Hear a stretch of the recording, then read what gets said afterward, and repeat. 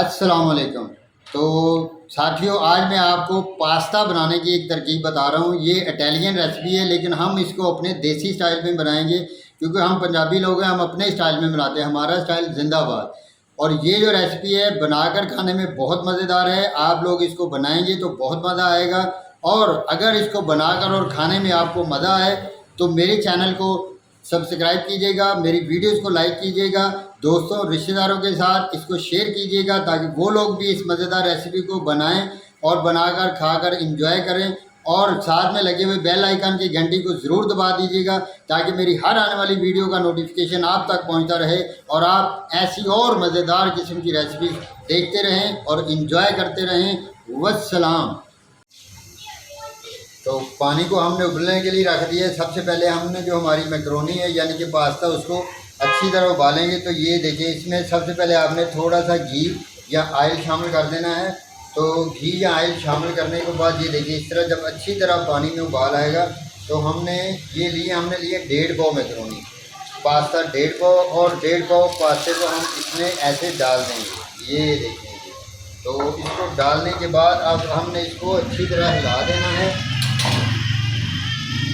ये देखिए जी, ये उबलना शुरू हो गई है। हमने इसको ऐसे अच्छी तरह हिला देना है। जैसे ही इसमें उबाल शुरू हो जाएगा तो हम इसके ऊपर रखेंगे ढक्कन और इसको 7 से 8 मिनट तक पकाएंगे। तो ये देखिए, उबलनी शुरू हो गई है। तो अब हम इसके ऊपर ढक्कन रखेंगे और 7 से 8 मिनट तक इसको पकाएंगे। ऐसे ये ढक्कन हमने इसके ऊपर रख दिया। तो ये तकरीबन ये हमारी 90% जो है ये कुक हो चुकी है। तो अब हम इसको निकाल लेंगे। एक कोशिश करनी है कि इसको ज़्यादा ओवर कुक नहीं करना। अब हम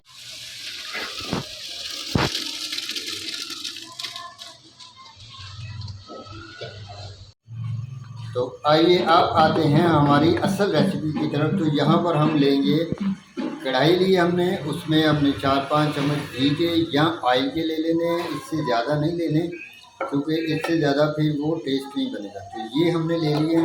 तो इसके बाद हमने क्या करना है कि 1 चम्मच लहसुन का लेना है और उसको इसमें अच्छी तरह हमने करना है, हल्का सा उसको भूनना है ज़्यादा। तो घी हमारा गर्म हो चुका है, घी हो या ऑयल हो। तो यहाँ पर हम 1 चम्मच लहसुन का डालेंगे और इसको हमने डार्क ब्राउन नहीं करना, ना ही इसको ब्राउन करना है। बिल्कुल हल्की सी आंच पे हमने इसको, इसकी आंच कम करनी है हमने। जी, लहसुन को हमने हल्का सा सौते कर लिया, यानी कि हल्का सा भून लिया है। अब इसमें जो सबसे पहली चीज़ जाएगी वो 1 प्याली हमारे पास है गाजर की। तो ये गाजरें हम इसमें डाल के, गाजरें ज़रा सख्त होती हैं, इसको डालकर हम 2 से 3 मिनट तक इनको अच्छी तरह भून लेंगे। इसके बाद दूसरा सामान डालेंगे। तो अब हम इसमें डालेंगे, ये हमारे पास 1 प्याली प्याज की है कटा हुआ। कटिंग पे आपने ख़ास ध्यान रखना है, इसको ऐसे ही चॉप करके डालना है, ऐसे खूबसूरत लगता है कटा हुआ। तो प्याज को डालने के बाद हम थोड़ी देर इसकी घी में इसको थोड़ा सौटे करेंगे, यानी कि थोड़ा नरम करेंगे। फिर बाद में, लेकिन ये आपने बिल्कुल ख्याल रखना है कि हमने सब्जियों को नरम बिल्कुल नहीं करना, बिल्कुल ओवर कुक नहीं करना। हमने एक प्याली हमने ली है शिमला मिर्च की कटी हुई। तो ये भी देख लें, ऐसे ही हमने इसको चॉप किया है, तो क्यूब कट में। तो ऐसे ही हमने इसको डाल के इसको मिक्स करना है। तो ये देखिए माशाल्लाह, इसी तरह की आपने तरकीब और रंगत रखनी है सब्जियों की। सब्जियां आप कोई भी डाल सकते हैं, लेकिन इनका कम्बिनेशन, जो कलर कम्बिनेशन है वो बहुत ही शानदार है। देखिए माशाल्लाह कितना प्यारा लग रहा है। अब हम डालेंगे इसमें 1 प्याली हमारे पास बंद गोभी की, वो भी हमने इसी तरह काट के रखी है क्यूब्स की शक्ल में। ये देखेंगे माशाल्लाह। तो इसको हम मिक्स करेंगे। तो सब्जियां जो हैं हमने यही डालनी है, यहीं तक डालनी है। तो इसके आगे क्या करना वो मैं आपको बताता हूँ कि इसके बाद इसमें क्या कुछ डालना है। तो अब हमने यहाँ पर लिया था 1 टमाटर, उसको भी हमने ऐसे क्यूब्स की शक्ल में छोटे छोटे पीसों में काट लिया है।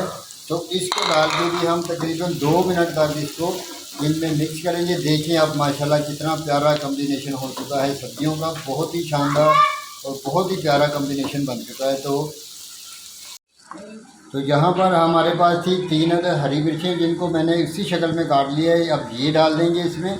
तो ये आखिरी सब्ज़ी है जो हम इसमें डाल रहे हैं। तो ये देखें अब इनका कलर कम्बिनेशन कितना प्यारा हो चुका है।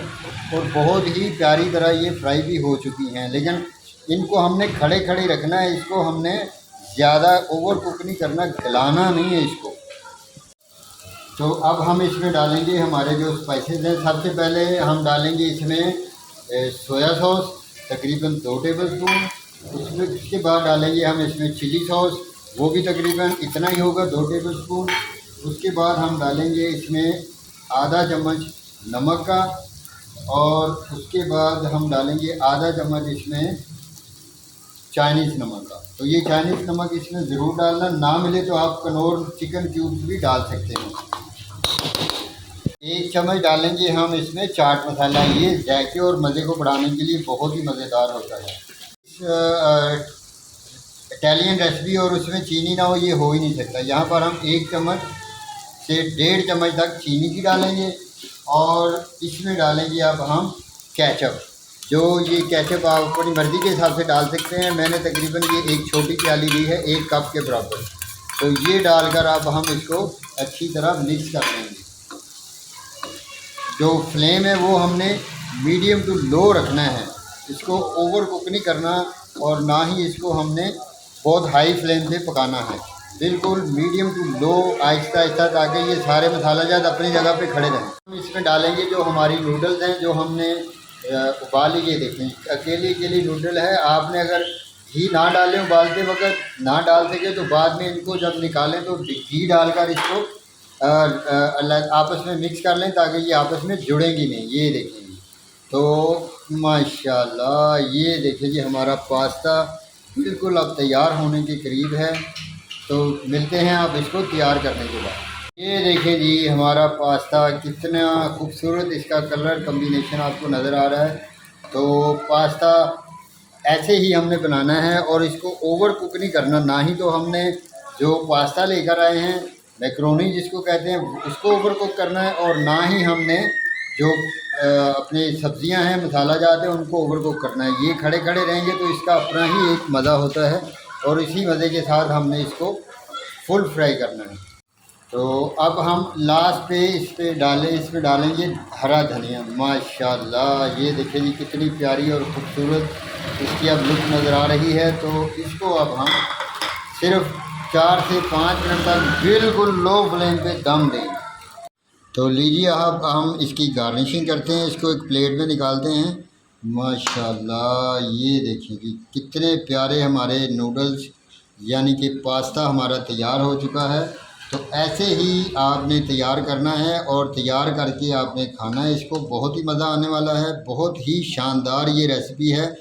तो अगर आपको मेरी ये रेसिपी पसंद आए तो मेरे चैनल को सब्सक्राइब कीजिएगा, मेरी वीडियोस को लाइक कीजिएगा, और दोस्तों रिश्तेदारों के साथ इसको शेयर कीजिएगा, ताकि वो लोग भी इस मज़ेदार रेसिपी को बनाकर खाएं और फुल इंजॉय करें। आपका बहुत शुक्रिया।